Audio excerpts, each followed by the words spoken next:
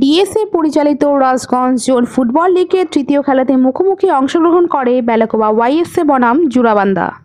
2-0 বলে জয়লাভ করে বেলাকোবা ওয়াইএসএ। রাজগঞ্জ ব্লকের বেলাকোবা বয়েজ উচ্চ বিদ্যালয় ময়দানে শুরু হয়েছে ডিএসএ পরিচালিত রাজগঞ্জ জোন ফুটবল লিগ। সেই লিগে মোট 10টি দল অংশগ্রহণ করেছে। ইতিমধ্যে 3টি খেলা হয়ে গেছে। মোট 23টি খেলা রয়েছে। টানা 1 মাস চলবে এই ফুটবল লিগ। আজকের খেলায় বেলাকোবা ওয়াইএসএ জয়লাভ করে।